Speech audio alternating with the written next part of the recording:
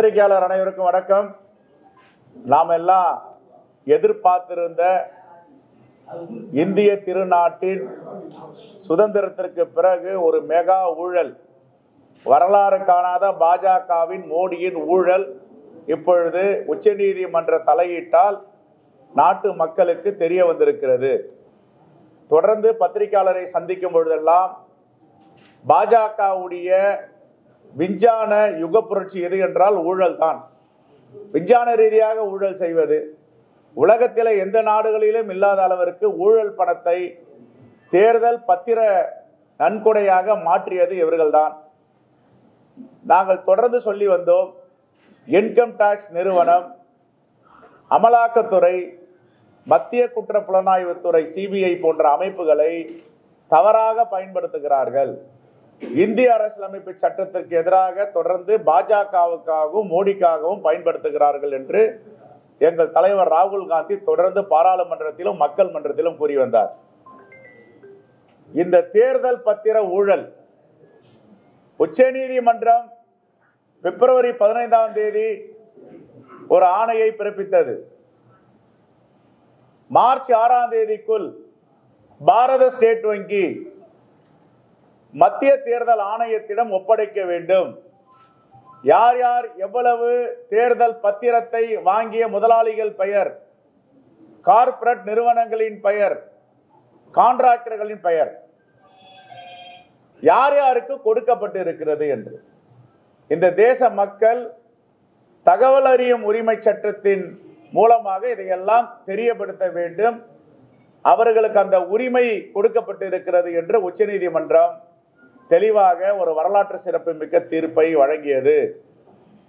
நாங்கள் எல்லாம் சொன்னோம். காங்கிரஸ் பேரியக்கம், குறிப்பாக எங்களுடைய தலைவர் ராகுல் காந்தி அவர்கள் தொடர்ந்து இவர் எப்படியும் மாட்டிக்கொள்ள போகிறார், இந்த மேகா ஊழலிலிருந்து தப்பிக்க முடியாது, தொடர்ந்து பாராளுமன்றத்திலும் மக்கள் மன்றத்திலும் தலைவர் ராகுல் காந்தி கூறி வந்தார். இப்பொழுது பாரத ஸ்டேட் வங்கி ஜூன் 30 வரை ஏன் அவகாசம் கேட்டது, வாய்தா கேட்டது? வழக்கறிஞர்கள் வாய்தா கேட்பார்கள். ஒன்றிய நிதி அமைச்சகம் முதல் முறையாக வாய்தா கேட்டிருக்கிறது. அப்பொழுதே சந்தேகம் எல்லோருக்கும் வந்தது. 1 மணி நேரத்தில் கொடுக்க வேண்டிய தகவல்களை ஏன் இவர்கள் 4 மாதம் அவகாசம் கேட்கிறார்கள் என்ற சந்தேகம் எழுந்தது. பிறகு உச்சநீதிமன்றம் தலையிட்டு உடனடியாக நீங்கள் தேர்தல் ஆணையத்திடம் ஒப்படைக்க வேண்டும் என்று சொன்ன பிறகு தேர்தல் ஆணையத்திடம் ஒப்படைத்தார்கள். மீண்டும் தேர்தல் ஆணையம் உச்சநீதிமன்றத்தில் வாய்தா கேட்டது. இதெல்லாம் எதற்காக வாய்தா கேட்கிறார்கள்? காலம் தள்ளி போட வேண்டும் என்று பாஜகவும் மோடியும் முயற்சி செய்தார்கள் என்றால், தாங்கள் செய்த ஊழல் இந்த தேசத்தின் மக்களுக்கு தெரிந்துவிடும் என்ற அச்சம், பயம். ஆகையால் அவர்கள் தொடர்ந்து பாரத ஸ்டேட் வங்கி மூலமாக நெருக்கடி கொடுத்தார்கள். தேர்தல் ஆணையத்தின் மூலமாக வாய்தா கேட்டார்கள். அதுவும் முடியாது என்று சொன்னவுடன் உச்சநீதிமன்ற பார் அசோசியேஷன் தலைவரை அணுகி அவர் மூலமாக வாய்தா கேட்டார்கள். குடியரசுத் தலைவருக்கு கடிதம் எழுதினார்கள். ஆனால் இவர்கள் வெளியிட்டே ஆக வேண்டும் என்று உச்சநீதிமன்றம் ஜனநாயகத்தின் பரிபாலத்தை, நீதி இன்னும் செத்து போகவில்லை என்று நேர்மையாக ஒரு வரலாற்று சிறப்பு மிக்க தீர்ப்பை அளித்தது. வேறு வழி இல்லை, இன்னும் அம்பலப்பட்டு போயிடுவோம் என்று மோடியுடைய ஆட்சி தேர்தல் ஆணையத்திடம் கொடுத்து வெளியிட செய்திருக்கிறது. ஒரு தகவலாக நான் சொல்லுகிறேன். Quick supply chain private limited of India, இந்த நிறுவனத்தின் டர்ன் ஓவரை 500 கோடி. 500 கோடி. எப்படி இவங்க 400 கோடி ரூபாய்க்கு தேர்தல் பத்திரத்தை வாங்கி நன்கொடையாக கொடுத்திருக்க முடியும்? இன்னொரு கம்பெனி ஃபியூச்சர் கேமிங் ஹோட்டல்ஸ் 1386 கோடி ரூபாய் தேர்தல் நிதியா பாஜக கொடுத்திருக்காங்க. இவங்களுடைய டர்ன் ஓவர் 500 கோடி ரூபாய். அப்ப பாஜக எப்படி எல்லாம் கருப்பு பணத்தை, கள்ள பணத்தை ஒழிப்போம், டிமானிசேஷன் கொண்டு வந்தாங்களோ, என்னென்ன சொன்னாங்க? பண மதிப்பிழப்பு கொண்டு வரும்போது கள்ள பணத்தை ஒழிப்போம், கருப்பு பணத்தை ஒழிப்போம், தீவிரவாதிகளுக்கு செல்கின்ற பணத்தை எல்லாம் தடுத்து நிறுத்துவோம், இதன் மூலமாக தீவிரவாதத்தை ஒழிப்போம் என்று சொன்னார்கள்.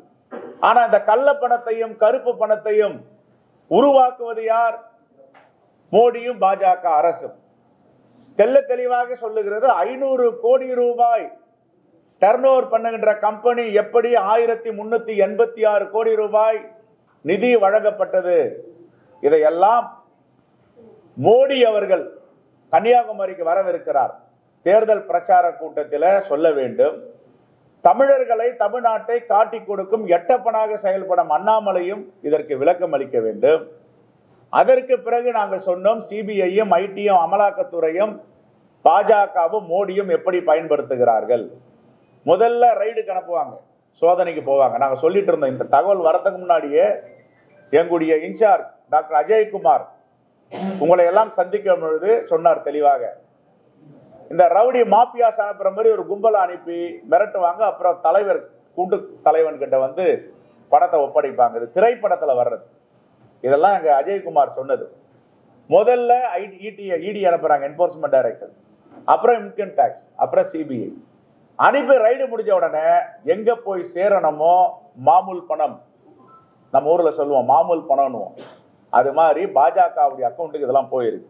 என்னென்ன எப்ப ரைடு நடந்தது, எப்ப தேர்தல் பத்திரத்தை கொடுத்துக்கிறாங்க. யசோதா ஹாஸ்பிட்டல் 26/12/22 ரைடு நடக்குது, ஐடி ரைடு.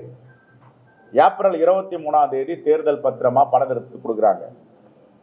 ஹாப்கோ இன்ஃப்ரா, இந்த ஹாப்கோ இன்ஃப்ரால 10/1/22 வந்து எலக்ட்ரல் பாண்ட் வாங்குறாங்க. 9,000 கோடிக்கு மும்பையில் டெண்டர் கொடுக்குறாங்க பாஜகவுடைய ஆட்சியாளர்கள். மைக்ரோ ஒரு லேபரட்டரி கம்பெனி இருக்கு, மருந்து தயாரிக்கிற கம்பெனி. இவங்க தான் டோலோ 650 தயாரிக்கிற ஒரு நிறுவனம். ஜூலை 22ஆம் தேதி ஐடி ரைட் நடக்குது. அக்டோபர் 10ஆம் தேதி எடுத்து போயிட்டு பணம் கொடுக்குறாங்க பிஜேபிக்கு, மோடியுடைய ஆட்சியாளருக்கு. ஹீரோ மோட்டார்ஸ் 7/10/22 ஐடி ரைட் நடக்குது. 31/3/22 போயிட்டு பணம் கொடுக்குறாங்க. ஒரு ரைடு பண்ணுவாங்க, மிரட்டுவாங்க, வழக்கு போடுவோம்னாங்க. தேர்தல் பத்திரம் நன்கொடை கொடுத்த உடனே அந்த வழக்குகள்லாம் திரும்ப பெற்றுவிடும். அதுக்கப்புறம் எவர் சைக்கிள், ஏவான் சைக்கிள், இதுல வந்து பாத்தீங்கன்னா 23/12 அன்னைக்கு இவர்களுக்கு வந்து ஒரு பாண்டு பத்திரத்தை கொடுக்குறாங்க. கல்பத்தரு ப்ராஜெக்ட் வந்து 4/8/22 இன்கம் டாக்ஸ் ரைட். 2 மாசம் கழிச்சு 10வது மாசம் 10ஆம் தேதி தேர்தல் பாண்டு கொடுக்குறாங்க. டாக்டர் ரெட்டி லேப், நம்ம ஊர்ல பக்கத்துல இருக்க ஆந்திராவில் இருக்குது டாக்டர் ரெட்டி லேப், தமிழ்நாட்டிலையும் அவங்க அலுவலகம் இருக்கு. 13/11/2023 இன்கம் டாக்ஸ் ரைடு நடக்குது. 14 நாள் கழிச்சு போயிட்டு தேர்தல் பத்திரத்தை கொடுக்குறாங்க. இதெல்லாம் பாஜகவுக்கு. அப்புறம் டோரண்ட் பவர் 1540 கோடி ரூபாய் இது வரைக்கும் கொடுத்திருக்காங்க. இப்ப பாஜக உடைய தலைவர், பிரதம மந்திரி நரேந்திர மோடி தமிழ்நாட்டுக்கு வரும்போதெல்லாம் தமிழ்நாடு காங்கிரஸ் கமிட்டி இந்த கேள்வியெல்லாம் கேட்குறாங்க. ஒரு ரைடு நடந்த பிறகு இது வந்து இன்னைக்கு தான் பொதுவெளியில வந்திருக்கு. நாங்க தொடர்ந்து சொல்லிட்டு இருக்கோம், இன்கம் டாக்ஸை வச்சு மிரட்டுறீங்க, தொழிலதிபர்களை அமலாக்கத்துறையை வச்சு மிரட்டுறீங்க, சிபிஐ வச்சு மிரட்டுறீங்க. இது வந்து ஒரு பொதுப்படையாக ஜனநாயகத்தின் அடிப்படையில் சுயசார்போடு இயங்குகின்ற நிறுவனங்கள், சிபிஐ ஆகட்டும், இன்கம் டாக்ஸ் ஆகட்டும், அமலாக்கத்துறை ஆகட்டும், உங்களுடைய அரசியல் லாபத்திற்காக இந்த இந்திய அரசியலமைப்பு சட்டத்திற்கு எதிராக நீங்கள் பயன்படுத்துகிறீர்கள் என்று இதை விட ஏதாவது கிடைக்க முடியுமா? இந்த ஆதாரத்துக்கெல்லாம் பதில் சொல்லுங்க. ரெண்டாவது, சாந்தி பூஷன் ஒன்று சொல்லியிருக்கார். பிரசாந்த் பூஷன், சாந்தி பூஷனுடைய மகன் பிரசாந்த் பூஷன் என்ன சொல்றாருன்னா, மேகா என்ஜினியரிங் நிறுவனத்துக்கு ஏப்ரல் 11/23 வந்து 100 கோடியை கொடுக்குறாங்க பாஜகவுக்கு. உடனே அவர்களுக்கு 14,400 கோடி ரூபாய் மதிப்பிலான சுரங்க சாலை கட்டுமான பணிக்கு ஒப்பந்தத்தை கொடுக்குறாங்க. இதற்கும் மோடி வந்து தமிழ்நாட்டுக்கு வரும்போது இது மாதிரிலாம் காங்கிரஸ் வந்து கேட்குறாங்க, சொல்லுங்க. உச்சபட்சமா பதற வைக்கிற ஒரு நிகழ்வு நடந்திருக்கு. இந்த நாட்டை காப்பவர்கள் இரவும் பகலமாக சியாச்சின் மலையாகட்டும், பாகிஸ்தானுடைய எல்லை கோடாகட்டும், சீனா அருணாச்சல பிரதேச எல்லை கோட்டில் பாதுகாப்பவர்கள் நம்முடைய ராணுவ வீரர்கள். ராணுவ வீரர்களுக்கு ஒவ்வொரு நாளும் வீர வணக்கம் செலுத்திக் கொண்டிருக்கிறது இந்த தேசம். ராணுவ வீரர்கள் இல்லை என்றால் இந்த தேசம் பாதுகாப்பாக இருக்காது என்பது அனைவருக்கும் தெரியும். ஆனால் ராணுவ வீரர்கள் விஷயத்திலேயும் விட்டு வைக்கவில்லை பாஜக. கடந்த 2019ஆம் ஆண்டு பிப்ரவரி 14ஆம் தேதி நடந்த புல்வாமா பயங்கரவாத தாக்குதல், ஏறக்குறைய 40 சிஆர்பிஎஃப் வீரர்கள் கொலை செய்யப்பட்டார்கள் மனித வெடிகுண்டால். 40 ராணுவ வீரர்களை நாம் இழந்திருக்கிறோம். ஆனா அந்த நாட்டிலிருந்து இவங்க நிதியை வாங்கியிருக்காங்க பாகிஸ்தான்ல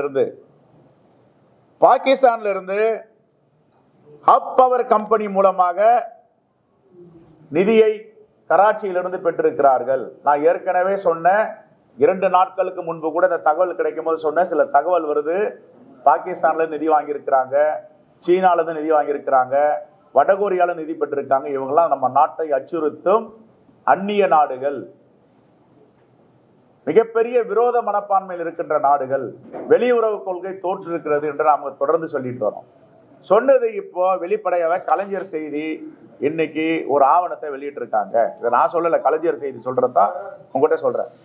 இதுல என்ன சொல்றாங்க அவங்க, 2019 பிப்ரவரி 14ஆம் தேதி புல்வாமா பயங்கரவாத தாக்குதல், 40 நம்முடைய ராணுவ வீரர்கள் கொல்லப்பட்டார்கள். ஆனால் அந்த அப்பவர் கம்பெனியில இருந்து 1 மாதங்களுக்கு பிறகு நிதி வந்து சேருகிறது. இது எதற்காக இந்த நிதி கொடுக்கப்பட்டது, ஏன் கொடுக்கப்பட்டது, என்ன கைமாறு செய்தீர்கள், நம்முடைய ராணுவ வீரர்களை பறிகொடுத்திருக்கிறோம். இதற்கெல்லாம் மோடி அவர்களும் அண்ணாமலை அவர்களும் பதில் சொல்லணும். இந்த முகத்தை வச்சுட்டு எப்படி வந்து வாக்கு சேகரிக்க போறாங்க? தமிழ்நாட்டுக்கு எப்படி வர முடியும்? தமிழ்நாட்டு மக்கள் அல்ல, இந்திய மக்கள் தான் பார்த்துட்டு இருக்காங்க. இது எவ்வளவு பெரிய மெகா ஊழல். இதை மறைப்பதற்காகத்தான் எவ்வளவு காலதாமதம் செய்ய முடியுமோ, எவ்வளவு மூடி மறைத்து உச்சநீதிமன்றத்தை ஏமாற்ற முயற்சிக்க முடியுமோ எல்லா வேலையும் கையில் எடுத்தாங்க. உச்சபட்சமா பாரத ஸ்டேட் வங்கியை பயன்படுத்தினாங்க. ஜூன் 30ஆம் தேதி கொடுக்குறோன்னு சொல்லுங்கன்னு. அதுவும் எடுபடவில்லை. உச்சநீதிமன்றம் மிகவும் உறுதியாக இருந்தது. பிறகு இந்திய தேர்தல் ஆணையத்தை விட்டு வாய்தா வாங்க வைக்க சொன்னாங்க. அதையும் உச்சநீதிமன்றம் ஒற்றுக்கொள்ளவில்லை. இப்பொழுது மோடியினுடைய உண்மை முகம் இந்த தேச மக்களுக்கு தெரிய வந்திருக்கிறது. கன்னியாகுமரிக்கு வரும் மோடி அவர்கள் ஒரு கண்ணியமான பிரதமராக இருந்தால், இந்த தேசத்தை நேசிக்கின்ற பிரதமராக இருந்தால், நாங்கள் ஒரு குடியுரிமை பெற்ற மக்களாக கேட்கிறோம், இந்திய பிரஜையாக கேட்கிறோம். இதற்கெல்லாம் தமிழ்நாட்டு மக்களிடம் பதில் சொல்லுங்கள். இது ஆரம்பம் தான், கொஞ்சம் தான் எடுத்திருக்கோம், வந்திருக்கு. இன்னும் நிறைய வந்துட்டே இருக்கு. தினம் தினம் பத்திரிகையாளரை சந்திப்போம், தினமும் இந்த செய்தியை சொல்லுவோம். இந்த நாட்டை, இந்த தேசத்தினுடைய 4வது தூணாக இருப்பவர்கள் பத்திரிகையாளர்கள். இதை நடுநிலையோடு நியாயமாக இந்த தேசம் எப்படி சூறையாடப்படுகிறது, இந்த தேசத்துடைய மக்களை எப்படி ஏமாற்றப்படுகிறார்கள், எப்படி வெளிநாடுகளுக்கு துணையாக மோடி அரசு செயல்படுகிறது என்பதை நீங்கள் தெளிவுபடுத்தணும். மக்கள்கிட்ட இதை கொண்டு சேர்க்க வேண்டிய கடமை அரசியல் கட்சிக்கு மட்டும் இல்ல, உங்களுக்கும் இருக்கு.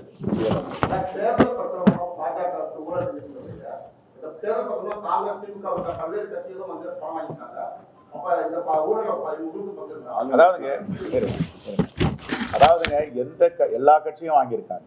அதிமுக வாங்கியிருக்கு, திமுக வாங்கியிருக்கு, எல்லா கட்சியும் வாங்கியிருக்காங்க. ஒரு தேர்தல் நிதி என்பது எந்தவித நிபந்தனையும் இல்லாமல் நீங்க தேர்தல் செலவுக்கு வச்சுக்கங்க. இந்த தேசத்திற்கு தேவையான கட்சிகள் கொடுக்கறது வேற, மிரட்டி வாங்குறது வேற. அமலாக்கத்துறையும் சிபிஐயும் இன்கம் டாக்ஸ் அமைச்சு ரைடு பண்றது 10 நாள் பொறுத்து தேர்தல் பத்திரம் வந்த உடனே, பணம் வந்து சேர்ந்த உடனே பாஜக அக்கௌண்ட்டுக்கு அந்த வழக்கை திரும்ப பெற்றுக் கொள்வது, இல்லை அந்த வழக்கை கைவிடுவது. இந்த போக்கை தான் கண்டிக்கிறோம், இதைத்தான் கண்டிக்கிறோம். பாகிஸ்தான் கிட்ட இருந்து நிதி வாங்கினீங்க. புல்வாமால 2019ஆம் ஆண்டு 40 ராணுவ வீரர்கள் கொல்லப்பட்டிருக்காங்களே, அந்த நாட்டுக்கிட்ட நிதி வாங்க வேண்டிய அவசியம் என்ன ஏற்பட்டுச்சு? அப்ப இந்த தேசத்தை காட்டி கொடுக்கும் செயல் தானே இது. இதுக்கெல்லாம் பதில் சொல்லுங்க. இந்த நிறுவனம் யாருடைய நிறுவனம்? பாகிஸ்தான் கராச்சியிலிருந்து எதுக்கு பாஜகவுக்கு நிதி கொடுத்தாங்க?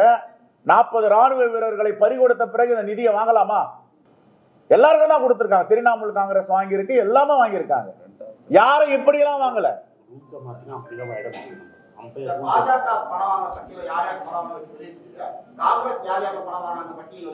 வெளியிடுறோமே. நாங்க அந்நிய நிறுவனத்திடம் வாங்கல. ஐடி, சிபிஐ, அமலாக்கத்துறையை போய் ரைடு பண்ணிட்டு வாங்கல. அவங்கள வெளியிட சொல்லுங்க பாஜகவை. இப்ப நாங்க வெளியிடுறோம்ல. இல்ல நாங்க என்ன கேக்குறோம், இங்க பாருங்க, அவங்க வாங்கினதெல்லாம் நாட் ஈவன் 1%. இத்தனைக்கும் ஒரு மாநில கட்சி திரிணாமுல் காங்கிரஸ் தான் 2வது இடத்துல இருக்காங்க. நாங்கள தேசிய கட்சி இந்தியா முழுவதும் இருக்கோம். நாங்க எவ்வளவு வாங்கியிருக்கோம்? நாங்க யாருக்கிட்டையாவது கேட்டிருக்கோமா? மனமோந்து கொடுக்குறாங்க. இந்த நாட்டுக்கு விடுதலை வாங்கி கொடுத்த கட்சி, இந்த தேசத்தை பாதுகாக்கின்ற கட்சி, இந்த நாட்டை உருவாக்குகின்ற கட்சி, எங்களுடைய கான்ட்ரிபியூஷன் இருக்குன்னு நல்ல சக்திகள் கொடுத்திருக்காங்க. நாங்க பாகிஸ்தான்லயா வாங்கியிருக்கோம்? புல்வாமா தாக்குதல் நடத்தி 40 ராணுவ வீரர்களை பறிகொடுத்த பிறகு சைனாலியா வாங்கியிருக்கோம், வடகொரியாலியா வாங்கியிருக்கோம். இதெல்லாம் வெளியே சொல்லுங்க. நாங்க இடிஏ, ஐடிஏ, சிபிஐ ரைடு பண்ணியா வாங்கியிருக்கோம். இதை கேளுங்க சார். அதை கேட்காம எங்களை போய் கேட்குறீங்க. நாங்க ஜனநாயகத்துக்காக போராடிட்டு இருக்கோம், ஜனநாயகத்தை பாதுகாக்க வேணும்ன்றீங்க. எங்களை போய் கேள்வி கேட்குறீங்க. நீங்க இது என்ன நியாயம்? இது நாங்க வெளியிடுறோம். இப்ப நாங்க வெளியிடுற மாதிரி பாஜக வெளியிட சொல்லுங்க. இப்ப நாங்க பொது வெளியிட வந்து வெளியிடுறோம்ல, கூட சொல்லுங்க, அவங்கள வெளியிட சொல்லுங்க. ரைட். சீரம் இது நிறைய இருக்கு. 500 கோடி சீரம் நிறுவனம். இதுங்க கோவிட் வேக்சினை கொடுத்த கம்பெனிக்கு 500 கோடி கொடுத்திருக்காங்க. சீரம் நிறுவனம் இல்ல. நாங்க இது மாதிரி நாங்க எங்கயாவது வாங்கி இருக்கோம். ஒரு 3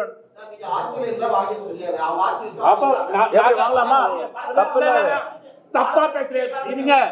70 வருஷம் ஆட்சியில நாங்க வாங்கிட்டு காமிங்க. இல்ல சார், 70 வருஷம் ஆட்சியில நாங்க வாங்கிட்டு காமிங்க. 70 வருஷமா நாங்க இல்ல 70 வருஷம் நாங்க ஆட்சியில இருந்தத இப்ப நாங்க ஆதாரத்தோட காட்டுற மாதிரி நீங்க காட்டுங்க. அவர் பேச விடுங்க சார். அவர் பேசலாம். 18 மாநில ஆட்சி நடக்குது, மத்தியில் ஆட்சி இருக்கு. அவங்க அம்மனை விட வந்து குறிப்பிட்ட சதவீதம் பாத்தீங்கன்னா வந்து ஒரு மாநிலத்துக்கு 400 கோடி தான் பணம் வரும். ஆனா தமிழ்நாட்டுல வந்து 1000 கோடி வந்து திமுக வாங்கியிருக்கு. நீங்க கேளுங்க, நீங்க அவங்கள போய் கேளுங்க. போங்க சார், பிரஸ் தானே நீங்க. நான் அவங்க கட்சியை பத்தி நான் எப்படி பேச முடியும்? பிற கட்சியை பத்தி நான் ஏங்க நீங்க எந்த சேனல் சார்? புதிய தலைமுறைக்கு போய் நான் நியூஸ் 7ல போய் பதில் கேட்க முடியுமா? புதிய தலைமுறை தான் சொல்லணும். புதிய தலைமுறை போய் நியூஸ் 7ல கேட்க முடியுமா? தந்தி டிவில கேட்க முடியுமா? புதிய தலைமுறை கிட்ட தான் கேட்க முடியும். திராவிட முன்னேற்ற கழகத்தை பத்தி அங்க ஜாம்பவான்கள் மாதிரி உட்கார்ந்து இருக்காங்க, சட்டம் படிச்சவங்க. அவங்க கிட்ட போய் கேளுங்க, அவங்க பதில் சொல்லுவாங்க. எங்க கட்சியை பத்தி கேளுங்க, எங்க கட்சியை பத்தி. அப்படி இங்க நான் என்ன சொல்றேன்,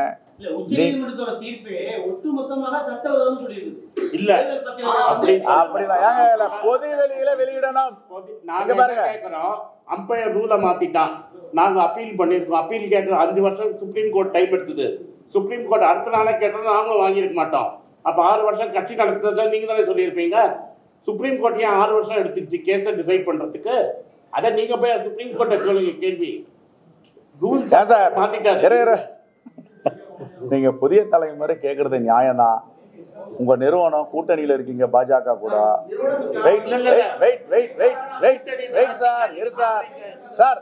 ப்ளீஸ், உங்களுக்கு உரிமை இருக்குல்ல, எனக்கும் உரிமை இருக்குல்ல கேட்கறதுக்கு. எனக்கு தாழ்மையான வேண்டுகோள், எனக்கு உரிமை இருக்கா இல்லையா? நீங்க புதிய தலைமுறை நிறுவனம், அதோடைய நிறுவனர், டைரக்டர் எல்லாம் பாஜகவுடைய நெருக்கமா காலகாலமா இருக்கிறீங்க. இப்ப கூட்டணியில வேற போட்டிட்டு போறீங்க. நீங்க எது வெளிப்படையா கொண்டு வாங்க. காங்கிரஸ் என்ன வாங்கியிருக்கு, திமுக என்ன வாங்கியிருக்கு.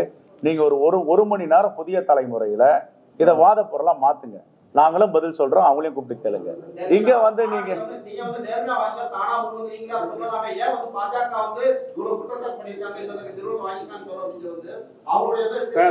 நடுநிலை, நீங்க நடுநிலையா இருப்போம்னு இன்னும் நம்புறோம். நடுநிலையா பேசுங்க. 1,76,000 கோடிக்கு இது வரைக்கும் ஏதாவது ஒரு ஆதாரம் கொடுத்துருக்காங்களா? அன்னைக்கு பேசின போது மீடியால பெருசா பேசுனீங்க. 1,76,000 கோடிக்கு 10 வருஷத்துல ஒரு ஆதாரம் கொடுத்துதா? சரி, ஓகே.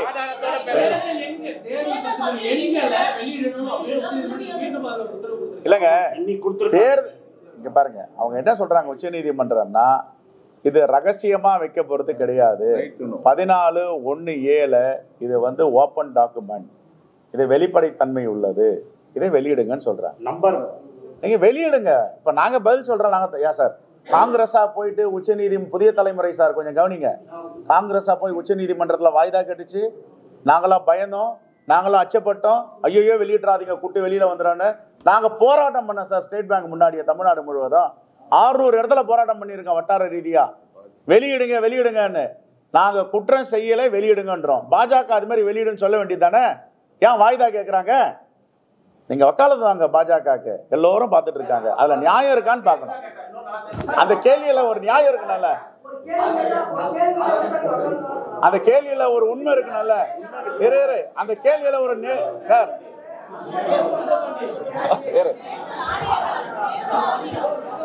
நான் சொல்றேன். அதாவது ஒரு ப்ளீஸ் சார், கருத்துரிமை ஒரு நிமிஷம். கருத்துரிமை, பேச்சுரிமை, எழுத்துரிமை எல்லாருக்கும் இருக்கு. எல்லாருக்கும் இருக்கு.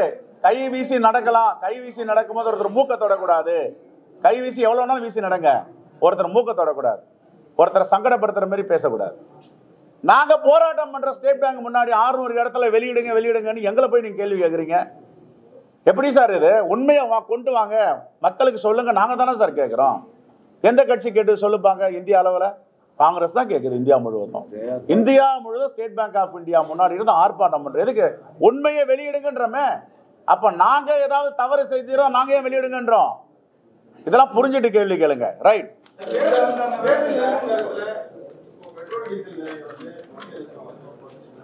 இது எல்லோருக்கும் தெரியும், உங்களுக்கும் தெரியும். இது எதுக்காக குறைக்கப்படுது, யார் குறைக்கப்படுது? ஆனா நரேந்திர மோடி உத்தரவாதம் கொடுக்கணும். கன்னியாகுமரிக்கு வரார். இப்ப இறக்கிட்டேன் 100 ரூபாய் கேஸ் விலைக்கு, 2 ரூபாய் பெட்ரோல் விலைக்கு, இதை ஏத்த மாட்டேன் இனிமேல் உத்தரவாதம் கொடுக்க சொல்லுங்க பாப்போம். தேர்தல் முடிஞ்ச உடனே ஏத்திடுவாங்க. ஏற்கனவே மாநில தேர்தல்கள், கர்நாடகா தேர்தல், 5 மாநில தேர்தல் இறக்குனாங்க, அப்புறம் ஏத்திட்டாங்க. ஒரு தேர்தலையும் செய்யறாங்க. இது அதே தொடர் நடவடிக்கை தான். அப்படி இல்ல, வந்தா கொடுக்க மாட்டோம். 25 ரூபா குறைக்கிற இடத்துல 2 ரூபா குறைச்சிருக்காங்க. நீங்க சந்தோஷப்பட்டு இருக்கீங்க.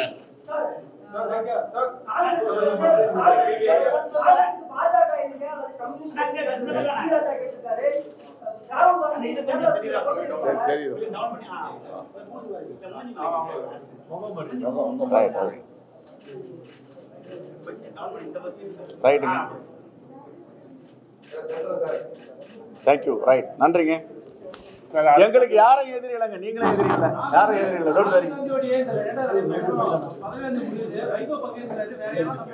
தமிழ்நாட்டில இருந்து மாண்புமிகு முதலமைச்சரும் பங்கேற்பதாக அறிந்திருக்கிறோம். நாங்களும் பங்கேற்கிறோம். உங்களுக்கும் அழைப்பு கொடுக்கிறோம். நீங்களும் பங்கேற்றுக் கொள்ளலாம். வாங்க. தேங்க்யூ.